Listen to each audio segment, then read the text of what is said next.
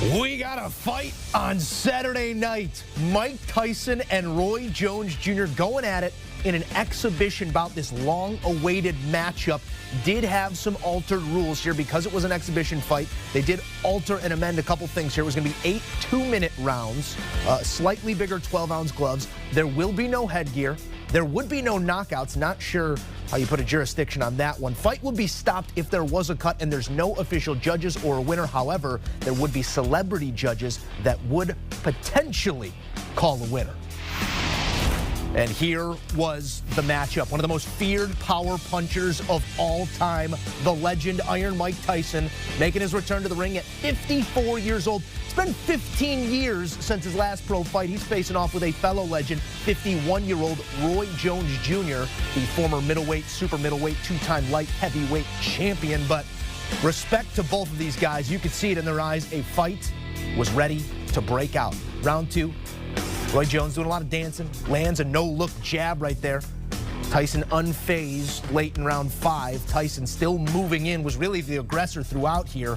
Lands a hard right hand and then starts landing combos. You could tell an exhausted 51-year-old Jones Jr. getting back out there and throwing some jab combinations, giving Mike some trouble here in round 7 of 8. About as good of a fight as you would see between two 50-year-olds. Hopefully the only fight you'll see between two 50-year-olds. Unofficially, the result from the celebrity judges called this one a draw.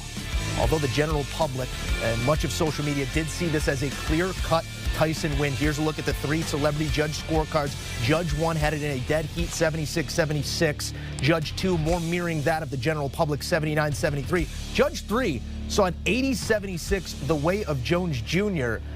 Judge 3 also did have Nate Robinson in a close one. Legends abound and legends weighing in. George Foreman made it clear how he felt. Tyson does not fight like he's 50. He is in shape. Too much for Roy. Joining us now to break down a truly unique night in the world of fight sports, CBS Sports Combat analyst and host of the Morning Combat, Brian Campbell, BC. We largely did not know what to expect when these two 50-somethings walked to ring center. By all estimations, a fantastic display of more than just old man strength on Saturday night. What did you make of the form and the function of these two living legends? Look, all things considered, there were a lot of ways this could have gone poorly, which is why so much of the talk heading into this fight was about the commission and the rules, considering Tyson Jones were a combined 105 years old. But you know what happened? They laced him up. The two legends touched gloves, and they went out there and put forth an entertaining effort. Was it sloppy? Yes. Were they shells of their former selves? Absolutely. But you know what it was, Joe? It was competitive.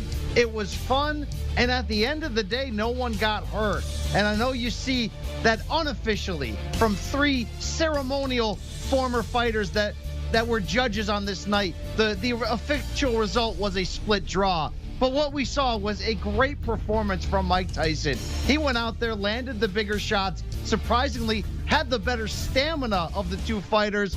He was the one who seemed with your eyes as if he would have won it. But to go even deeper, you saw the joy in Mike Tyson's voice after the fight. He donated his purse to charity.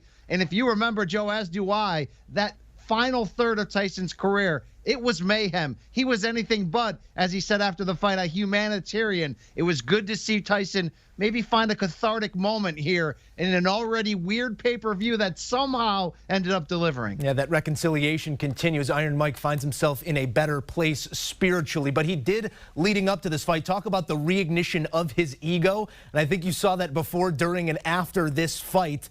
He talked about the possibility of doing this once again, says most definitely going to try and do it. When you look back on this and what we digested here on Saturday night, do you chalk this up as a win or a loss for fight sports? It's a win for boxing in a weird way. And again, let's not forget how badly this could have looked in terms of just both guys underperforming in a gross manner, or even worse, somebody getting hurt. Look, Tyson was hoping this pay-per-view kicks off what he's calling the Legends Only League, which is in theory supposed to be a pay-per-view series incorporating legends of all sports doing their individual sport. Who knows what that means, but I do think they opened up the potential for this kind of old guy fighting to actually work. What turned out smart in the end were the 2-minute rounds. They wore larger gloves than normal. We've seen this in the past in MMA with Bellator in recent years, trotted out in older Shamrock, Kimbo Slice, Gracie, etc. Some of the old names came back. It's not always going to work. There's a small strike zone to get it right. But I think what you saw tonight, plenty of excitement on social media. You have to assume the pay-per-view sold well, considering all manners leading up to it. And again, you saw a pretty decent fight, given the obvious physical limitations between them. No, there were no knockdowns or knockouts or anything too brutal. But it was a little fun, competitive matchup in which Tyson, 15 years removed from his last pro fight, showed you he still had something left in that tank.